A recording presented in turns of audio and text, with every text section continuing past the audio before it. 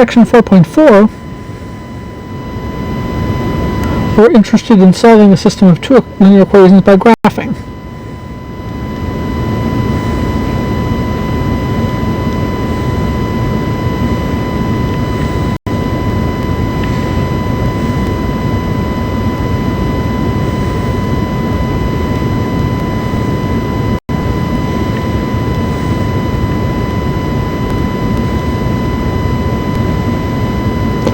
So the first thing I notice is, what does it mean to be a solution to a system of two linear equations?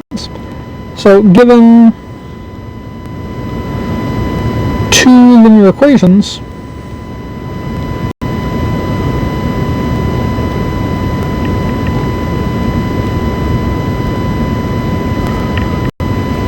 x plus 3y equals 5, and 2x plus, make it 4y equals 6. We could ask, is the point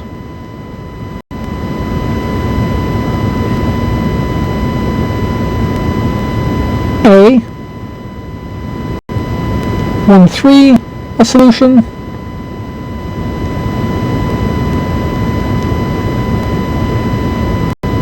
B 2, 3, make it 2, 2 a solution? Is the point 2, 1 a solution? How do we tell?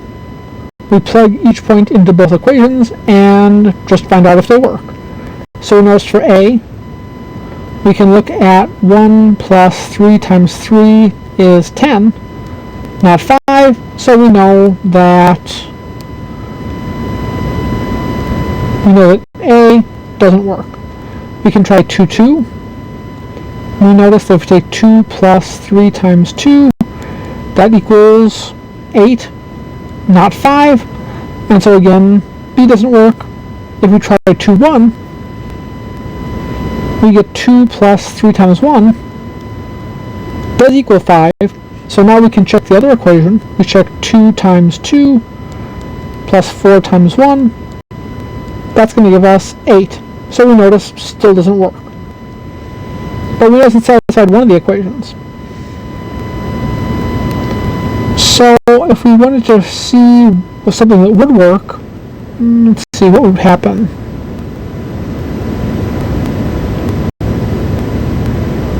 Oh. That's why. If we tried D, negative 1, 2, if we know is that a solution, we can check negative 1 plus 3 parentheses 2 is 5, so the first one checks out, and now we can check 2 times negative 1 plus 4 times positive 2, so that's 2 times negative 1 plus 4 times positive 2, that's going to give us 6, and so we notice that that choice D, negative 1, 2, winds up being the solution. So we notice guessing and checking is not optimal. So what we can try doing instead is what we call solving by graphing. So we already saw how to graph. We notice that, actually one thing more to mention first is just the idea that for any system of two equations, in two variables,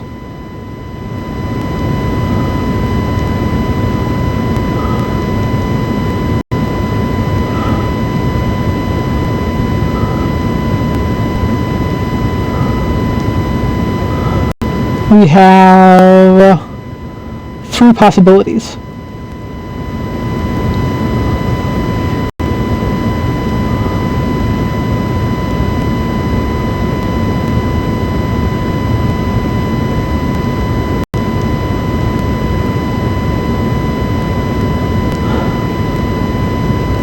Case 1, we can have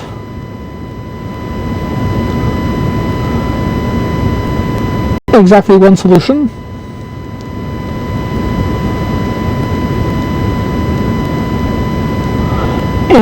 the fact that there's a solution tells us it's consistent. So one solution, so we call this case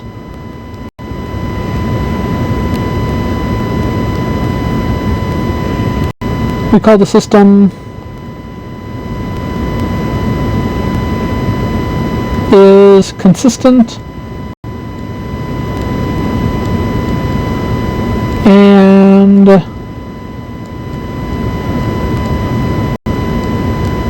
independent. So consistent tells us a solution exists.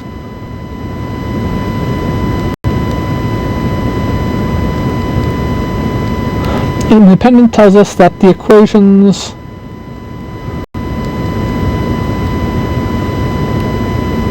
are not connected. And we'll talk about that in a moment. 2, we can have no solutions.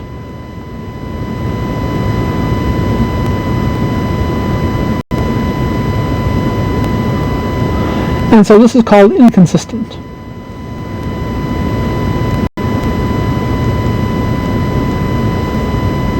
So inconsistent tells us no solutions. But again, it's going to still be independent.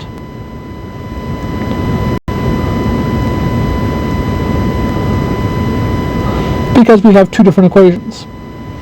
And case 3, we can have many solutions. I should also mention no solutions generally means the lines are parallel. We'll talk about that more later. And then many solutions is our case 3. This means that the system is consistent and dependent.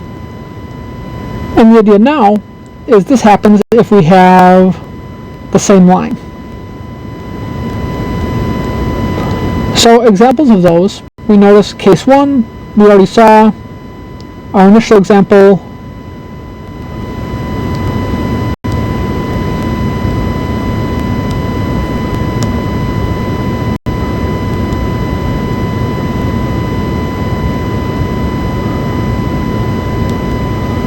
Had one solution, and so that system is consistent and independent.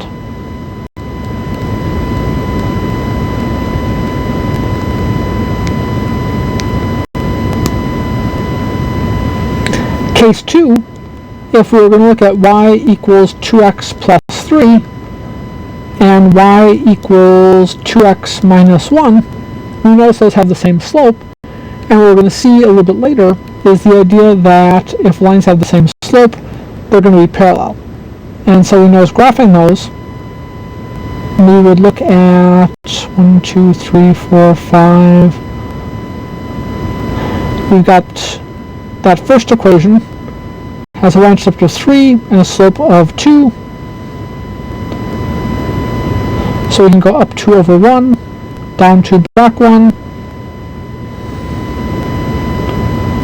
The second equation has a y-intercept of negative 1, slope of 2. And again, we notice that we prefer to have a more precise grid, but we notice that those lines are going to be parallel. And so we're going to see no solution. And so we can say inconsistent. And we also know the lines are parallel. So in general, parallel lines and no solution are going to mean the same thing for two equations and two variables. If we happen to go up to more than two variables, things change, but we're not going to be dealing with that in this course. And then case 3, if we had something like y equals x minus 4 and 3y equals 3x minus 12, we notice that that second equation, if we divided both sides by 3, we will get y equals x minus 4. And so we notice that any solution to one of the equations also satisfies the other. So those are going to be the same line.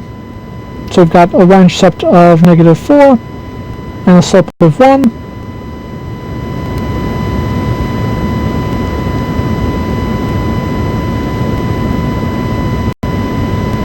And so here we get consistent, dependent, which means same line.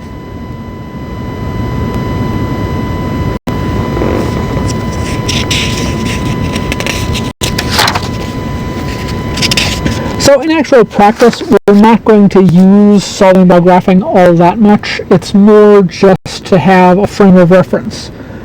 So we notice that if we look at a few examples, if we looked at y equals 2x minus 5 and 2x plus 3y equals 7, we notice that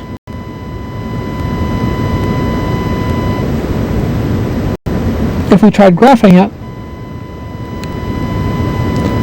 y equals 2x minus 5, we have a y-intercept of 0, negative 5, and a slope of 2. So we go up 2 over 1, up 2 over 1, up 2 over 1. And then for that other equation, we get 3y equals negative 2x plus 7. We can divide both sides by 3. We get y equals negative 2/3 x plus 7/3. And so you notice that there are many systems of equations where solving graphically is not appropriate. So we notice if we try doing that, 7/3 is 2 1/3, and then the slope is negative 2/3, so we go down 1, 2 over 3, and so we would need to be really precise about our graph. It looks like it could be a solution of 3, 1. And so if we tried 3, 1, we get 1 equals 2 times 3 minus 5. So the first equation works. The second equation, we get 2 times 1 plus 3 times 3. No, we don't. Just a second. We actually get 2 times 3 plus 3 times 1. And so that's not equal to 7.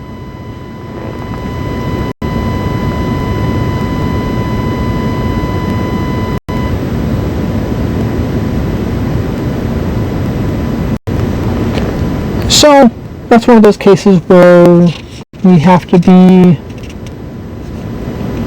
we know they'll have a solution, we can see they'll intersect somewhere, but trying to find out what the exact solution is can be tricky. So in general, for purposes of an exam question or a quiz question, we'll get things that are a little bit more straightforward. We might have x equals 4y minus 7,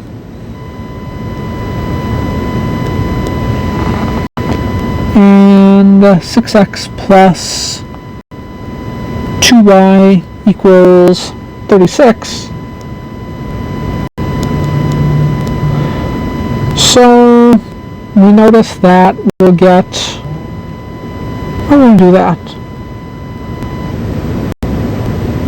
We can say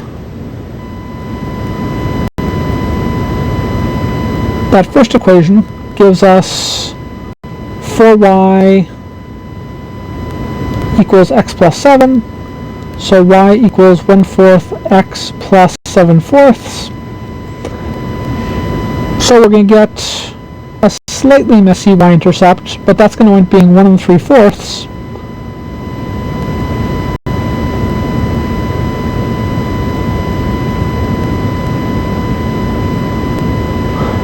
So we've got 1 3/4, and then a slope of 1/4, so we go up 1 over 4, or down 1, back 4. So that gives us this line. Then this other equation, we get 2y equals negative 6x plus 36. Divide both sides by 2.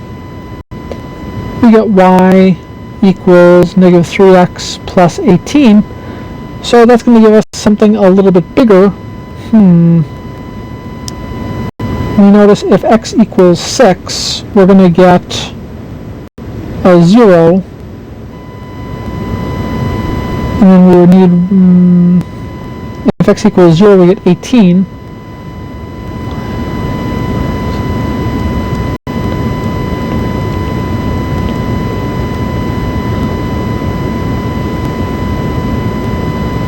So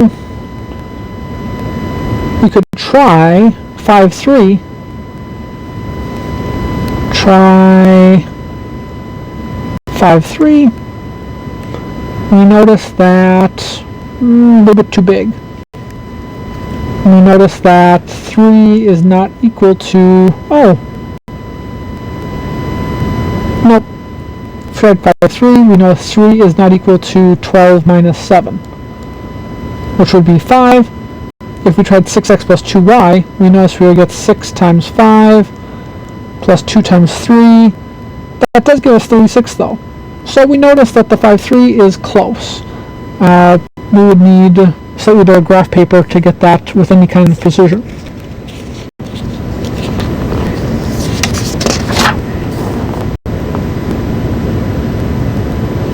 Let's try looking at one. Looking at one that'll be a little nicer. If we tried looking at y equals 2x plus 3, and if we tried looking at x minus 3y is equal to, what should we make it?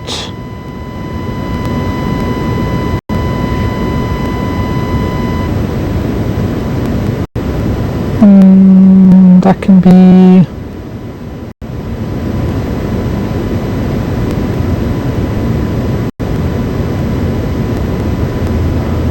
one.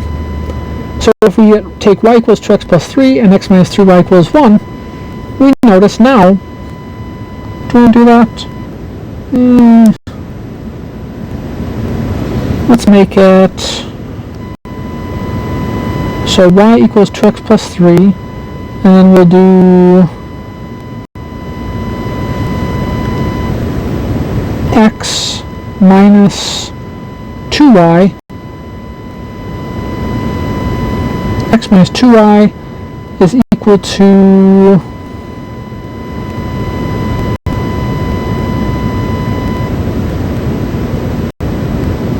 I'm going to make that equal to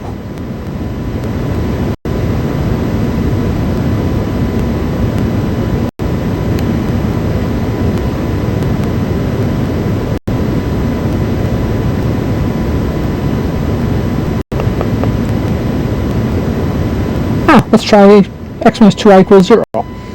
So we notice if we do that, we're going to wind up getting 2y equals x, so y equals 1/2 x. So graphing those, we're going to get a y-intercept of 3 and a slope of 2.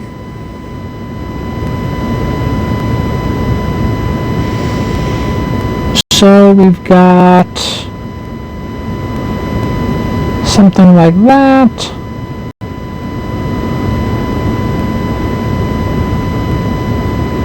For the first line, and y equals 1/2 x, whereas now we can think of that as being 1/2 x plus 0. We have a y-intercept of 0, and we're going to go either up 1 over 2, or down 1 back 2. Let's see, so if we go down 1 back 2 again,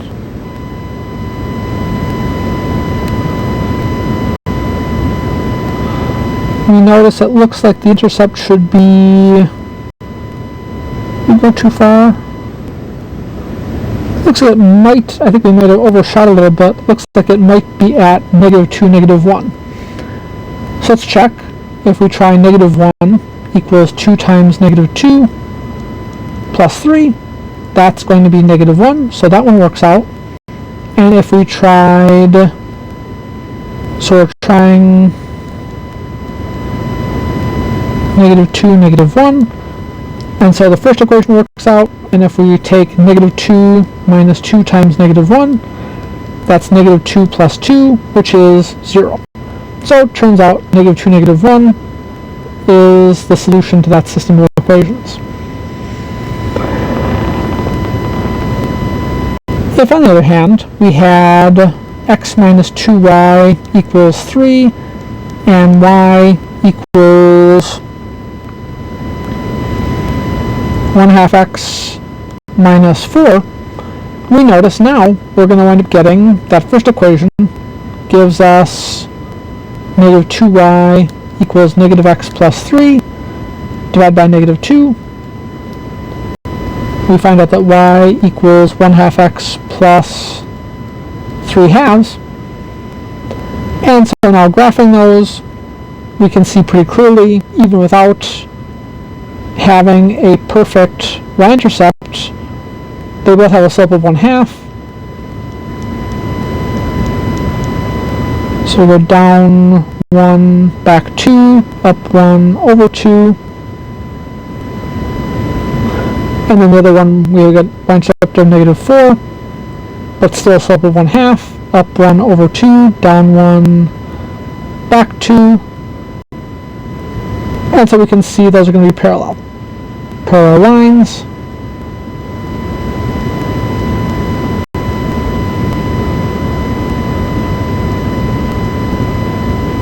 No solution. And then just to complete the batch, if we had 3x minus 4y equals 6, and make it 12, and 8y equals 6x plus 20 and minus 24.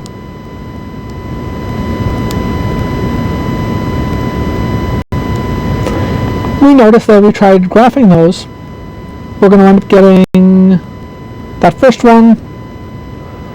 We would get 4y, -4y equals -3x plus 12 divided by -4. We get y equals 3/4 x minus 3, the second equation.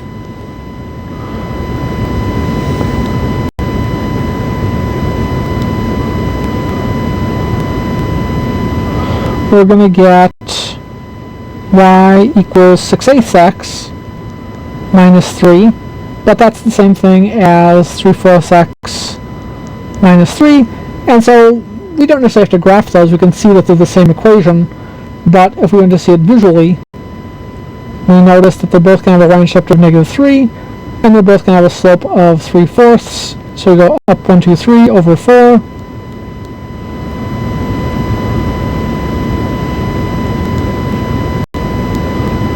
So they're the same line. So many solutions. And so you actually notice that we're going to be a little bit careful with things like that. We notice that we can say things like 0, -3 is a solution to both equations. We can say 4, 0 is a solution to both equations. We can say 8, 3 is a solution to both equations. If we plug in x equals 8, we get 3/4 of 8 is 6. 6 minus 3 is 3. And so, again, the only way we can get more than one solution to this system of two equations is if they're the same line.